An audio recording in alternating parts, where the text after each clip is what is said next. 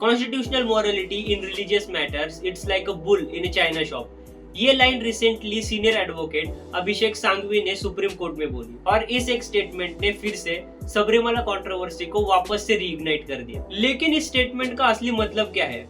क्या court religion में ज्यादा घुसने की कोशिश कर रहा है या फिर कोर्ट फंडामेंटल राइट्स को बचाने की कोशिश कर रहा है? तो आइए जानते हैं इस वाले वीडियो में कि ये 2018 वाला केस आज 2026 में भी अभी तक सेटल क्यों नहीं हुआ। तो आज की इस वीडियो में हम सबरीमाला कंट्रोवर्सी का एक छोटा सा रिकैप लेंगे।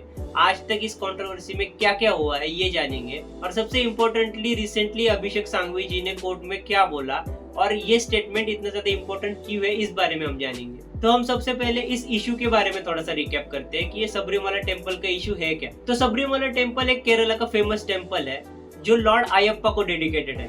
तो इसमें इशू ये है कि ट्रेडिशनली इसमें 10 से 50 साल की महिला को एंट्री अलाउड ही नहीं थी। इसका रीजन ये है कि लॉर्ड अयप्पा को एक नैस्तिका ब्रह्मचारी माना जाता है, यानी कि वो एक सेलिब्रेट डीटी है, जैसे कि लॉर्ड कार्तिकेय हो गए या फिर लॉर्ड हनुमान हो गए, उसी तरीके से। इसीलिए ये रिस्ट्रिक्शन एक रिलीजियस प्रैक्टिस की तरह देखा जाता था और फॉलो किया जाता था और बहुत सारे डिकेड से, बहुत सारे सालों से ये बिना किसी लीगल चैलेंज के फॉलो होता आ रहा था। लेकिन फिर इस रिलीजियस प्रैक्टिस को देखकर एक कॉन्स्टिट्यूशनल क्वेश्चन सामने आता है कि क्या हमारी रिलीजियस प्रैक्टिस एक फंडामेंटल राइट से ऊपर हो सकती है, जैसे कि क्या ये प्रैक्टिस इक्वलिटी और नॉन डिस्क्रिमिनेशन से भी ऊपर होनी चाहिए। और इसी क्वेश्चन का आंसर करते हुए सुप्रीम कोर्ट ऑफ इंडिया ने 2018 में एक हिस्टोरिकल जजमेंट दिया। 4:1 की मेजोरिटी के साथ सबरीमाला टेम्पल के अंदर सारी महिलाओं की एंट्री सुप्रीम कोर्ट ने अलाउ कर दी। कोर्ट ने जजमेंट देते वक्त बोला कि ये जो रिलीजियस बैन है वो आर्टिकल 14 यानी कि इक्वलिटी को वायलेट करता है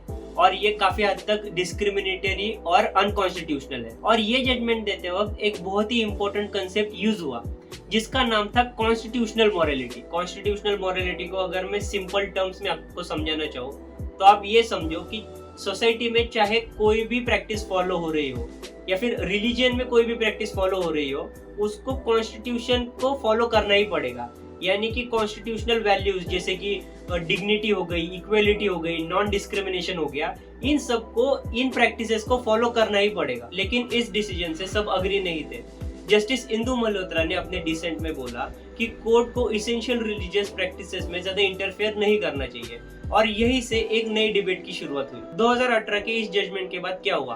केरला में लोगों ने मैसिव प्रोटेस्ट निकाले। डिवोटीज ने इस डिसीजन को मानने से इनकार कर दिया और इस डिसीजन को इम्प्लीमेंट करना बहुत ज्यादा मुश्किल हो गया। फिर क्या? फिर सुप्रीम कोर्ट में बहुत सारे रिव्यू पिटीशन फाइल हुए और इसके बाद 2019 में कोर्ट ने एक इंटरेस्टिंग स्टेप लिया। सुप्रीम कोर्ट ने इस डिसीजन को डायरेक्टली ओवरटर्न नहीं किया, बट उन्होंने इस डिसीजन को एक लार्जर बेंच को रेफर कर दिया। और अब बस सबरीमाला नहीं, कोर्ट ने इस इशू को अब सारे रिलीजियस इश्यूज के साथ लिंक किया, जैसे कि मॉस्क में महिलाओं की एंट्री और पारसी वुमेन्स के राइट्स। मतलब सुप्रीम कोर्ट अब एक बड़े क्वेश्चन को आंसर करना चाहता था, जैसे कि कोर्ट रिलीजन में किस हद तक घुस सकता है और रिलीजन को रिफॉर्म कर सकता है। तो अब आते हैं इस टॉपिक के लेटेस्ट डेवलपमेंट में। सीनियर एडवोकेट अभिषेक सांघवी ने सुप्रीम कोर्ट में रिसेंटली क्या आर्ग्यू किया? उनका ऐसा कहना था कि कॉन्स्टिट्यूशनल मॉरलिटी को ब्लाइंडली रिलीजियस मैटर में अप्लाई करना यानी कि एक बुल को चाइना शॉप में छोड़ने जैसा है। तो इसका मतलब क्या है? इसका मतलब ये है कि अगर कोर्ट बिना सोचे समझे कॉन्स्टिट्यूशनल वैल्यूज को अप्लाई करता रहे, वो भी रिलीजियस कॉन्टेक्स्ट को बिना सोचे समझे, तो वो डेलिकेट रिलीजियस ट्रेडिशंस को डैमेज कर सकता है। उनके मेन आर्ग्यूमेंट ये थे कि रिलीजन को एक ऑटोनॉमी दी गई है। आर्टिकल 25 और 26 के तहत रिलीजन को एक फ्रीडम दिया गया है, तो हमें उनके इस डाइवर्सिटी की रिस्पेक्ट करनी चाहिए। उनका सेकेंड आर्ग्यूमेंट ये था कि कॉन्स्टिट्यूशनल मॉरलिटी की भी एक लिमिट होती है। इंडिया एक डाइवर्स कंट्री है, इसी वजह से हर सिचुएशन में सेम लॉजिक अप्लाई नहीं हो सकता। उनका तीसरा आर्गुमेंट ये था कि कोर्ट अगर इन सारी चीजों में ज्यादा इंटरफेयर करेगा तो कोर्ट सीधा थियोलॉजी डिसाइड करने लग जाएगा। इसी वजह से फंडामेंटल राइट्स और रिलीजियस फ्रीडम के बीच में एक बैलेंस होना जरूरी है।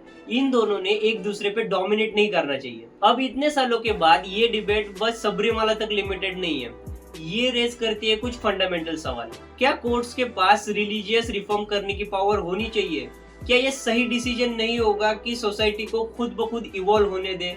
क्या इक्वलिटी हमारे फेथ से भी ज्यादा ऊपर है? अब सबरीमाला केस एक ऐसा एग्जाम्पल बन चुका है जहां पर कोर्ट ने कॉन्स्टिट्यूशनल मॉरलिटी का यूज करते हुए ट्रेडिशंस को चैलेंज किया है। तो आज भी सबरीमाला का केस फुल्ली सेटल हुआ नहीं है, बट कोर्ट को अभी ये डिसाइड करना है कि रिलीजन और कॉन्स्टिट्यूशन में वो लाइन कहाँ ड्रॉ होगी। और सांघवी जी का ये जो स्टेटमेंट है वो इस डिबेट को और ज्यादा इंटेंस बनाता है, क्योंकि एट द एंड ये सबरीमाला का इशू बस एक टेम्पल के रिलेटेड नहीं है, ये अब हमारे कंट्री का एक रिलीजियस फ्यूचर डिसाइड करेगा। तो आप क्या सोचते हो कि क्या कोर्ट को रिलीजियस प्रैक्टिसेस में इंटरफेयर करना चाहिए या फिर उनको उन ट्रेडिशंस को जैसे है वैसे ही रहने देना चाहिए?